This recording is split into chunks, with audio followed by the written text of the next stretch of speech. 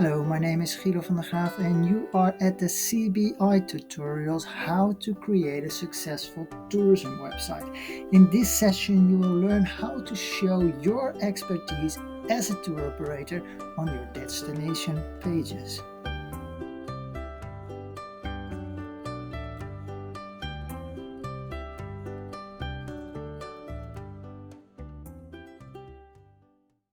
The destination page you use in a B2B relation to help your partner to sell your destination. So it's handy for them to quickly find information about your destination, but also learn about maybe new destinations within your destinations. And in a B2C relation, it helps people to choose where they want to go, maybe to start a conversation about customization.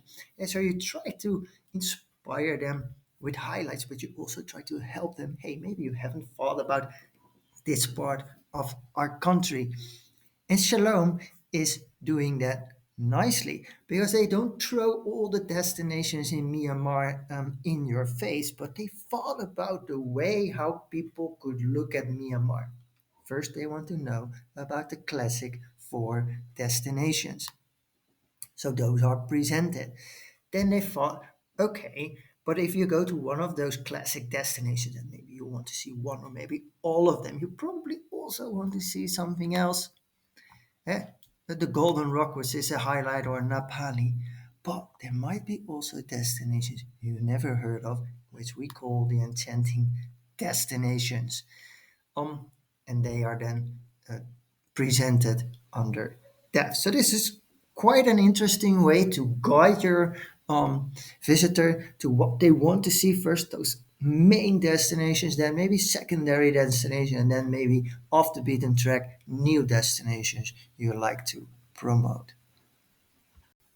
So when you click on one of the destinations, then what you see is you get a short description uh, what the destination is about.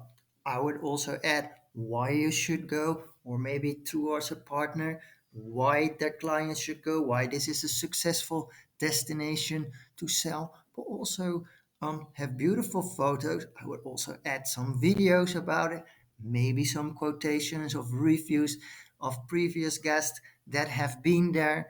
But also really nice what Shalom is doing here to show him what kind of itineraries this destination is part of. So these are example itineraries that you can later customize. But also what kind of experiences are within this destination. So what is there to do?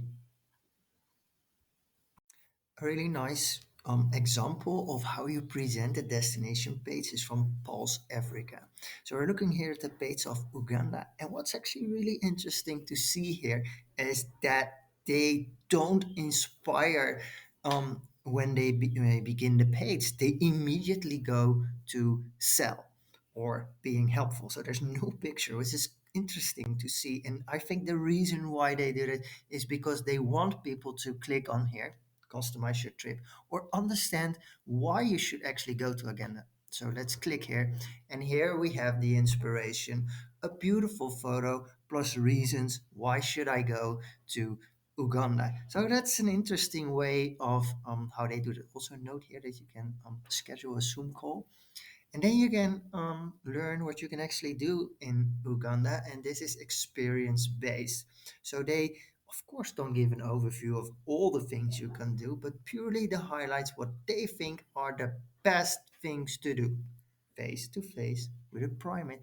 And then there's always a button that leads you to customization of the trip. Very nicely done, beautiful photos also. And again, a photo for the trust, and it's connected with blogs from this destination so that you can get more detailed information about Uganda.